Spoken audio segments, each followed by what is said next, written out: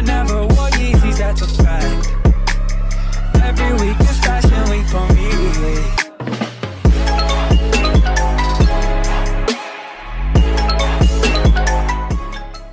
The devil is a part timer season 2 episode 11 की starting में हम लोग देखते हैं एमिलिया यशोर के फ्रेगमेंट का यूज़ करके अपनी मॉम को ट्रैक करने की कोशिश कर ही रही होती है। वहीं हमें रीका को दिखाया जाता है जो कि आशिया से मिलने के लिए तैयार हो जाती है और आशिया का वेट कर रही होती है। तभी आशिया वहाँ पर आता है। ये देखकर वो काफ़ी ज़्यादा खुश हो जाती है, लेकिन जैसे वो देखती है कि आशिया अपने दोस्तों के साथ आया है, ये देखकर वो थोड़ा सा अनकंफर्टेबल फील करती है। तो रीका उनसे पूछती है कि आखिरकार तुम लोग क्या खरीदने आए हो। तब सुजुनो कहती है मैं तो टीवी खरीदने आए हो, इनका मुझे नहीं पता। तब माओ कहता है नहीं नहीं, हम भी टीवी खरीदने ही आए हैं। तभी आशिया भी ये बात ऐड करता है कि वो अपने लिए आज में एक मोबाइल फ़ोन देखने आया है। तो रीका कहती है मैं तुम्हें फ़ोन के बारे में इन्फॉर्मेशन तो दे सकती हूँ, लेकिन टीवी के बारे में मैं शायद से तुम्हें एडवाइस नहीं दे पाऊंगी।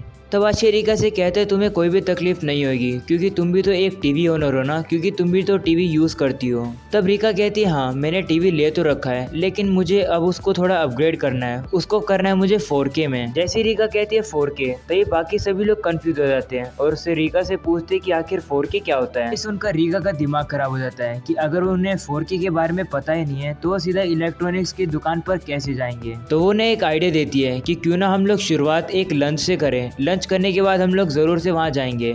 जिसके बाद वो लोग लंच करने के लिए उडोन शॉप पर जाते हैं और उस दुकान पे सिर्फ उडोन 110 येन का ही मिल रहा था। ये सुनकर बाकी सभी लोग हैरान हो जाते हैं और उडोन टेस्ट करने लगते हैं। सुजुनो को तो टेस्ट काफी पसंद आता है। रीका भी ये सुनकर काफी खुश हो जाती है और उनके बाद फिर डिस्कशन शुरू करती है कि आखिरकार तुम्हें किस तरीके का टीवी चाहिए। तो माओ कहते हैं मुझे ऐसा टीवी चाहिए जिसपे मैं नॉर्मली शोज देख पाऊँ। तो रीका उसका बजट पूछती है, जिस पर माओ कहते हैं मेरा बजट है 26,239 येन। तब आशिया रीका से कहता है मैंने सुबह रिसर्च करी, मुझे नहीं लगता कि इतने बजट पे हमें अच्छा टीवी मिल पाएगा। तब रीका कहती है चिंता करने की जरूरत नहीं है, हम लोग कैसे ना कैसे करके मैनेज कर लेंगे। ये सुनकर माओ काफी ज्यादा खुश हो जाता है। जिसके बाद रीका सुजुनो का बजट सुनकर काफी खुश हो जाती है क्योंकि सुजुनो का बजट 70,000 येन होता है, क्योंकि इस अमाउंट पर उसे काफी अच्छा टीवी मिल जाएगा। साथ ही साथ सुजुनो ये भी उसको बताती है मुझे माफ़ करना, लेकिन मुझे जापानीज़ के इलेक्ट्रॉनिक्स के बारे में इतना नहीं पता है, मेरा नॉलेज सिर्फ कम ही है टेक्नोलॉजी से रिलेटेड, मुझे तुम्हारी हेल्प की ज़रूरत है। जिस पर रीका भी कहती है मैं समझ सकती हूँ तुम कैसा फील कर रही होगी। तब सुजुनो कहती है अच्छी बात है। जिसके बाद वो जाने लगती है और कहती है मैं एक और उड़न ऑर्डर करने जा रही हूँ। जिसके बाद हम लोग एक बंदे को देखते हैं जो कि काउंटर पे खड़ा होकर इंग्लिश कह रहा होता है और कहता है चॉपस्टिक मेरे लिए ड्रमस्टिक्स की तरह होते हैं, इसलिए मुझे फोक ला के दो। लेकिन काउंटर लेडी को कुछ भी समझ नहीं आ रहा होता है। माओ भी इन सब चीज़ों को देख रहा होता है और कहते हैं लगता है वो लोग लड़ रहे हैं। जिसके बाद वो जाकर काउंटर पर उस आदमी से बात करने लगता है इंग्लिश में ही। माओ उस बंदे से काफ़ी अच्छे से बात कर उसको समझा देता है। जिसके बाद माओ काउंटर लेडी से कहता है कि इस बंदे को फोक की ज़रूरत है, इसको फोक ला के दो। काउंटर लेडी उस बंदे को फोक ला के दे देती है। वो बंदा माओ से शुक्रिया करता है। जिसके बाद माओ अपने टेबल पर वापस आता है और कहता है माफ़ करना, मेरे अंदर का स्टाफ मोड जाग गया था। जिसके बाद माओ ने कहते हैं हमें यहाँ से जाना चाहिए क्योंकि रेस्टोरेंट में काफ़ी ज़्यादा भीड़ हो रही है। जिसके बाद हमें उसी बंदे को दिखाया जाता है जो कि रेस्टोरेंट के बाहर खड़ा होकर किसी से फोन पर बात कर रहा होता है और वो इस बार जापानीज में बात कर रहा होता है। वो सामने वाले बंदे से कहता है तुमने तो कही थी कि इंग्लिश सीख लो, इंग्लिश इस वर्ल्ड में काफी ज्यादा चलती है, लेकिन यहाँ पर तो किसी को भी इंग्लिश आती नहीं है। जिसके बाद हमें पता लगता है कि उसी बंदे ने ऐसा कुछ किया था जिसके कारण पिछले एपिसोड में चियो टीवी के सामने बैठकर बेहोश हो गई थी। इसी बारे में वो फोन पे बात कर रहा होता है। जिसके बाद वो कहते हैं कि अभी मैं अपनी सेकंड जॉब करने जा रहा हूँ और वो फोन रख देता है। वही हमें एमिलिया को दिखाया जाता है जो कि यशोर के फ्रेगमेंट का पीछा करते करते एक हॉस्पिटल के सामने आ जाती है। हॉस्पिटल के सामने खड़े होकर पूछने लगती है कि क्या मेरी मॉम यहीं पर है। तभी हम लोग को दिखाया जाता है कि चियो की मॉम वहाँ पर आ जाती है। चियो की मॉम एमिलिया को पहचान जाती है और उससे पूछने लगती है कि क्या तुम हॉस्पिटल में किसी से मिलने आई हो। तब एमिलिया कहती है इसका मतलब तुम भी यहाँ पर हॉस्पिटल में आई हो, आखिरकार हुआ क्या है। तब चियो की मॉम कहती है कि क्या तुम्हारे पास थोड़ी मिनट है।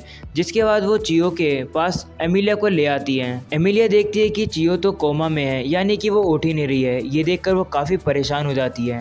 जिसके बाद सीन चेंज होता है। वो लोग सभी मॉल में पहुंच जाते हैं और देखते हैं काफ़ी सारे टीवी वहां पर होते हैं। तब रिका आशिया को एडवाइस देती है कि सुजुनो के साथ ही रहो। तो आशिया कहता है ऐसा क्यों? तो रिका कहती है एक बार उसका बजट देखो, उसका बजट है 70,000, यानी कि जब वो अपना टीवी खरीदेगी इतना ज़्यादा बजट देखकर कोई ना कोई तो उसे डिस्काउंट देगा ही। और अगर तुम भी अगर उसी के साथ टीवी खरीदोगे तो शायद से तुम थोड़ा बहुत नेगोशिएशन कर सकते हो और तुम्हें अपना टीवी के ऊपर थोड़ा डिस्काउंट मिल सकता है। इस बात को सुनकर आशिया काफ़ी ज़्यादा खुश हो जाता है और कहता है कि मैंने सही किया, तुम्हें अपने साथ ले आया, अब शायद से मैं अफोर्ड कर सकता हूँ एक फ़ोन भी खरीदना। वहीं रिका काफ़ी ज़्यादा शर्मा रही होती है क्योंकि आशिया ने उसका हाथ पकड़ा होता है। जिसके बाद आशिया चला जाता है सुजुनो के पास। जिसके बाद माओ रिका को आवाज़ लगाने लगता है, लेकिन रिका कहीं अपने ही ख्याल में खोई होती है। जिसके बाद माओ उसके तरफ ताली बजाता है। जिसके बाद रिका पूछती है कि तुम इतनी देर से यहाँ क्या कर रहे हो? जिसके बाद माओ डायरेक्टली रिका से पूछ लेता है कि क्या तुम आशिया को पसंद करती हो? ये सुनकर रिका काफ़ी ज़्यादा शर्मा जाती है और चिल्लाने लगती है। ये देखकर माओ घबरा जाते हैं कि आखिरकार उसने ऐसा क्या पूछ लिया। थोड़ी देर बाद हम लोग देखते हैं कि आशिया और रिका दोनों मिलकर एक साथ फ़ोन खरीद रही होती है। वहीं माओ सुजुनो के साथ बैठा होता है और उससे कहता है कि तुम्हें आशिया और रिका एक साथ कैसे लग रहे हैं? तब सुजुनो कहती है आशिया ने काफ़ी ज़्यादा नॉर्मल कपड़े डाले हैं, लेकिन वहीं पर रिका ने काफ़ी अच्छे कपड़े डाल रखे हैं। तब माओ कहते हैं यही तो मेरा पॉइंट है, क्या तुम्हें अब पता चला कि आखिरकार रिका ने आशिया के इन्विटेशन को एक्सेप्ट क्यों किया और आशिया के सामने इतने अच्छे कपड़े पहनकर वो क्यों आई? सीधा सीधा बताऊं तो मैं बता सकता हूं कि रिका आशिया को पसंद करती है। जब मैं पहले उससे बात कर रहा था तो वो काफ़ी ज़्यादा शर्मा भी गई थी। ये सुनकर सुजुनो को काफ़ी गुस्सा आ जाता है और वो माओ को काफ़ी पंच मारती है एक जोर से। सुजुनो गुस्से में माओ से पूछती कि आखिरकार तुमने रिका से क्या पूछा? तो माओ कहते हैं मैंने सिर्फ इतना पूछा कि क्या वो आशिया को पसंद करती है। तब सुजुनो कहती है काफ़ी बड़ी गड़बड़ हो जाएगी अगर वो आशिया को पसंद करती है या नहीं। क्या तुम चाहते हो कि मैं उसकी मेमोरीज को इरेज करूं? क्योंकि ये वाली सिचुएशन चियो की तरह नहीं है, क्योंकि चियो को हमारे बारे में पहले से ही पता है और वो पहले से ही चीज़ों के लिए तैयार है। लेकिन वहीं पर रिका को हमारे बारे में कुछ भी नहीं पता है, इसलिए ना चाहते हुए भी हमें उसकी मेमोरीज को इरेज करना पड़ेगा। अगर वो आशिया को पसंद करती है तो इससे उसके लिए काफ़ी बैड फ्यूचर रहेगा, क्योंकि हम लोग उसको और ज़्यादा इन चीज़ों के अंदर इंटरफेयर नहीं करने दे सकते हैं, क्योंकि तुम्हें तो पता ही है हमारे साथ कितनी ज़्यादा अजीब चीज़ें होती रहती है। तब माओ काफ़ी बड़े आराम से कह देता है कि काफ़ी ज़्यादा इजी सोल्यूशन है इसका, तो हम लोग बता ही देते हैं उसको कि हम लोग डीमन है दूसरे वर्ल्ड से। हमारी सच्चाई जानने के बाद ये सब रिका के ऊपर डिपेंड करता है कि क्या वो आशिया के साथ फिर भी रहेगी या फिर नहीं। और अगर वो आशिया के साथ रहना पसंद करेगी तो उसे पहले सारी चीज़ों की रिस्पॉन्सिबिलिटी लेनी होगी। वहीं सुजुनो को अभी भी ये बात नहीं अच्छी लग रही होती है, क्योंकि वो कहती है कि मुझे और ह्यूमंस को इन चीज़ों में इन्वॉल्व नहीं करना है। तो माओ कहता है कि ये तो बिल्कुल नहीं हो सकता है। जिस मोमेंट पे मैं और एमिलिया इस वर्ल्ड में आए थे हमारे साथ ह्यूमंस तो इन्वॉल्व होने ही थे। रिका भी इस चीज़ में तब इन्वॉल्व हो गई थी जब उसने एमिलिया के साथ दोस्ती करी थी। तो माओ कहते हैं कि तुम अभी फिर भी ओवर थिंकिंग कर रहे हो, इस बारे में हम लोग कभी बाद में बात करेंगे। वहीं रिका आशिया से पूछती कि क्या माओ और सुजुनो एक दूसरे के साथ काफ़ी अच्छे दोस्त हैं। पर आशिया हंस के कहते हैं कि अगर सच बताऊं तो हमें उनके साथ इन्वॉल्व नहीं होना चाहिए, लेकिन ये काफ़ी बड़ी कॉम्प्लिकेटेड स्टोरी है, तो मैं कभी बाद में बताऊंगा। वो लोग बातें कर ही रहे होते हैं, तभी उनको काफ़ी ज़्यादा जोर से आवाज़ आती है किसी चीज़ के टूटने की। तो उन्हें पता लगता है कि वहाँ की सारी एलसीडी और टीवी की स्क्रीन ही टूट जाती है। सभी लोग एक साथ इकट्ठे हो जाते हैं और ग्रुप बना के एक दूसरे से बातें करने लगते हैं। माओ कहता है कि सेफ्टी के लिए आशिया तुम रिका को उसके घर ले जाओ। आशिया भी मान जाता है और वो रिका का हाथ पकड़कर उसको उसके घर ले जाने लगता है। जिसके बाद माओ कहता है कि मुझे नहीं पता यहाँ पर क्या हो रहा है, लेकिन हम लोग को उरुशियारे से बात करनी चाहिए। तभी एमिलिया का कॉल आ जाता है सुजुनो को। एमिलिया सुजुनो को बताने लगती है काफ़ी बड़ी मुसीबत हो गई है, चियो को किसी ने ज़्यादा अमाउंट में पॉइजन दे दिया है, जिसकी वजह से वो काफ़ी ज़्यादा देर तक बेहोश पड़ी है। तभी हमें पीछे से दिखाया जाता है एमिलिया के पीछे से लाइला जा रही होती है, जो कि नर्स के कपड़ों में होती है। तभी माओ और बाकी सभी लोग चियो के रूम में पहुंचते हैं। माओ चियो की मोम से पूछता है कि आखिरकार चियो को हुआ क्या। तो उसकी मोम बताने लगती है कि जब वो घर आई तब चियो आराम से सोफे के सामने सो रही थी, तो मुझे लगा वो नॉर्मली सो रही है, लेकिन काफ़ी टाइम बीत गया, वो उठ ही नहीं रही थी। मैंने उसको हिलाकर उठाने की भी कोशिश करी और वो मेरी बात भी मान ही नहीं रही थी, तो मैंने उसको थप्पड़ मारने की कोशिश करी, लेकिन फिर भी वो उसने कोई भी रिएक्ट नहीं किया। शायद से ये मुझसे कोई ना कोई गुस्सा थी, लेकिन फिर भी मुझे नहीं पता क्या हुआ, इसलिए मैंने एम्बुलेंस एम्बुलेंस को कॉल कर दिया। एमिलिया माओ को कहने लगती है कि अभी तक डॉक्टर को नहीं पता चला है कि आखिरकार किस वजह से चियो बेहोश पड़ी है, लेकिन उसकी लाइफ डेंजर में नहीं है। वहीं सुजुनो चियो का हाथ पकड़ लेती है। एमिलिया बताने लगती है कि सिर्फ चियो को इसलिए एडमिट किया गया है ताकि हम लोग चियो के ऊपर टेस्ट कर सके, डॉक्टर ये पता लगा पाए कि आखिरकार वो कोमा में है क्यों। जिसके बाद हमें दिखाया जाता है कि सभी लोग बाहर बैठे होते हैं। तो चियो की मॉम आकर कहती है कि मैं थोड़ी देर के लिए बाहर जा रही हूँ, तो तब तक के लिए क्या तुम लोग चियो का ध्यान रखोगे। इस पर बाकी सभी लोग मान जाते हैं और चियो की मॉम वहाँ से चली जाती है। वहीं हमें सुजुनो को दिखाया जाता है जो कि नोटबुक पर कैलकुलेशन कर रही होती है। तब सुजुनो कहती है मुझे पता चल गया है आखिरकार चियो को हुआ क्या है। सुजुनो बताती है कि उसने चियो की बॉडी के अंदर रेसिडुअल मैजिक को सेंस किया और ऐसा लगता है कि चियो की बॉडी के अंदर मैजिक जनरेट हो रहा है, इसी वजह से वो बेहोश हो गए। ये सुनकर माओ कहता है ऐसा कैसे हो सकता है, चियो तो एक ह्यूमन है तो उसके अंदर मैजिक कैसे आ सकता है। तो सुजुनो कहती है ये सिर्फ एक थ्योरी है, लेकिन मुझे लगता है किसी ने चियो की बॉडी के अंदर सेलेस्टियल फोर्स बेस्ड सोनर पल्सेस को भेजा है, जिसकी वजह से चियो की लाइफ फॉर्म मैजिकल एनर्जी में कन्वर्ट हो रही है, जिसकी वजह से वो बेहोश हो रही है। सुजुनो कहती है ये सिर्फ एक थ्योरी है, लेकिन मुझे नहीं पता कि आखिरकार सोनार किस बारे में सोच रहा है। जिसके बाद आशी और बाकी सब लोग सोचने लगते हैं कि आखिरकार क्या ऐसा हो सकता है। तभी अचानक से हॉस्पिटल के भी सारे टीवी फूटने लगते हैं और माओ और आशिया के बाल भी खड़े हो जाते हैं।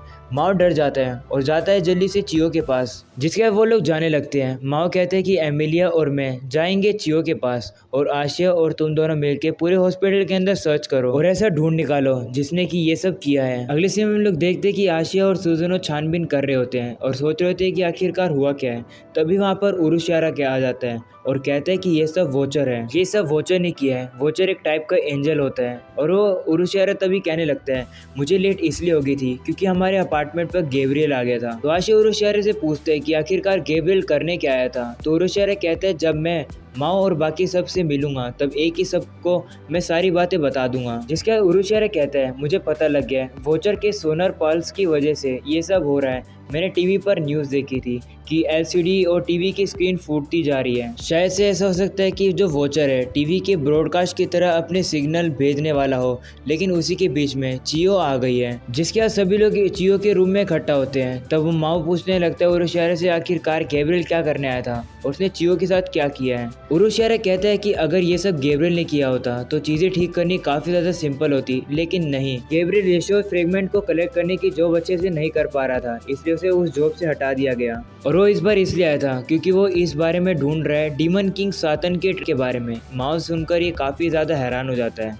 तब वह माओ से पूछती है कि क्या तुम्हें उसके बारे में पता है। तब माओ कहता है कि हाँ, लेकिन मुझे नहीं लगा था कि हेवन को उस चीज़ों की जरूरत पड़ेगी कभी, या फिर कभी भी हेवन उसके पीछे पड़ेगी। जिसके बाद उरुशियारा बताता है कि गैब्रियल की जगह अब जिसने जगह ली है शायद से वही वोचर है जो कि अब टास्क पूरे करने आया है जापान के अंदर। तब सुजुनो कहती है कि क्या वोचर वही है जो कि सारे एंजल्स की एक्टिविटी को मॉनिटर करता है। जिस पर उरुशियारा कहता है हाँ, वोचर या फिर रेगुलर ज़्यादा हाई रैंकिंग के तो नहीं है और उनके पास अथॉरिटी काफ़ी ज़्यादा होती है, जिसकी वजह से वो कोई भी जजमेंट डिक्लेयर कर सकते हैं। तब सुजुनो कहती है कि अगर उस वोचर ने पूरे जापान के अंदर सिग्नल भेजे हैं तो पूरे इस जापान के अंदर चियो ही क्यों हर्ट हुई। तो माओ कहता है ऐसा इसलिए हुआ क्योंकि चियो का घर बिल्कुल सेंटर में आता है सोनर पल्सेस एक्सप्लोजन के बीच में, इसलिए ज्यादातर चियो ही अफेक्ट हुई। लेकिन अभी तक समझ नहीं आ रहा है कि आखिरकार वो वोचर यहाँ करने क्या है।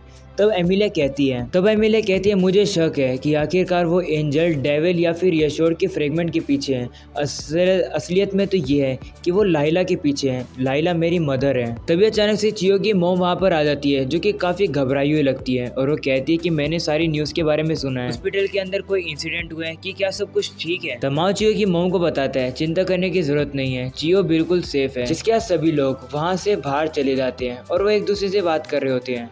एमिलिया उरुशियारा से कहती है कि आखिरकार वोचर के फाइनल जजमेंट का मतलब क्या है। तो उरुशियारा कहते हैं तुम मेरा एग्जांपल ले सकती हो, वो मेरी तरह एक फॉल एंजल किसी को भी बना सकता है। अगर सच बताऊं तो रेगेल और सेरिल पहले पेयर की तरह काम किया करते थे, लेकिन फिर भी उनकी इमोर्टैलिटी उनसे ले ली गई और उन्हें एंटी इस्लाम में फेंक दिया गया। एमिलिया अपनी मॉम के बारे में और भी ज्यादा जानना चाहती है, इसलिए वो ना चाहते हुए भी उरुशियारा का गला पकड़कर उससे पूछने लगती है कि आखिरकार उसके बाद क्या हुआ। तो उरुशियारा कहते हैं मुझे नहीं पता कि रेगेल क्या प्लानिंग करने वाला है, मैंने सुना कि वो दूसरे वर्ल्ड में जाकर दूसरे लोगों के ऊपर जजमेंट करे। तब माओ कहने लगता है मुझे नहीं पता कि आखिरकार रेगेल क्या करने वाला है, लेकिन उसने हमारे दोस्त के साथ पंगा लेने की जरूरत की है, तो क्यों ना हम उसे एक सबक सिखाएं। तभी बाकी सभी लोग भी कहने लगते हैं कि चियो हमारी काफ़ी अच्छी दोस्त है, हम लोग भी चियो की हेल्प करने वाले हैं, हम लोग इस चीज़ में काफ़ी कोऑपरेटिव करने वाले हैं। तभी एलिस रेमोस भी वहाँ पर आ जाती है। एमिलिया एलिस रेमोस से कहती है कि क्या तुम्हें चियो पसंद है। इस पर एलिस रेमोस भी कहती है हाँ मुझे काफ़ी पसंद है चियो। जिसके बाद माओ एलिस रेमोस से कहता है कि क्या तुम हमारे साथ चलना चाहोगी। तब एलिस रेमोस भी उछलकर माओ के पास आ जाती है। तभी सुजुनो माओ से कहती है कि आखिरकार तुम रेगल को ढूंढोगे कहाँ। तो माओ कहता है कि अगर वो टीवी सिग्नल्स का यूज़ कर रहा है सोनर पर से भेजने के लिए तो वो सिर्फ 2 जगह पर ही हो सकते हैं। जिसके बाद हमें थोड़े बहुत टीवी टावर को दिखाए जाते हैं। एपिसोड की एंडिंग में हम लोग देखते हैं कि लाइला चियो के पास आती है और कहती है कि तुम्हारे इतने पावरफुल फ्रेंड हैं, उनकी वजह से तुम काफ़ी जल्दी घर जाने वाली हो। जिसके बाद वो अपने गले में से यशोर के फ्रेगमेंट की बनाई हुई एक रिंग का नेकलेस उसको निकालकर उसकी रिंग बनाकर चियो की फिंगर में डाल देती है। जिसके बाद वो कहने लगती है कि तुम एक ऐसी पहली पर्सन हो जो कि 2 अलग अलग बीइंग को एक साथ रख सकती है और शायद से तुम एक दिन न्यू डार्ट की मदर बनने वाली हो।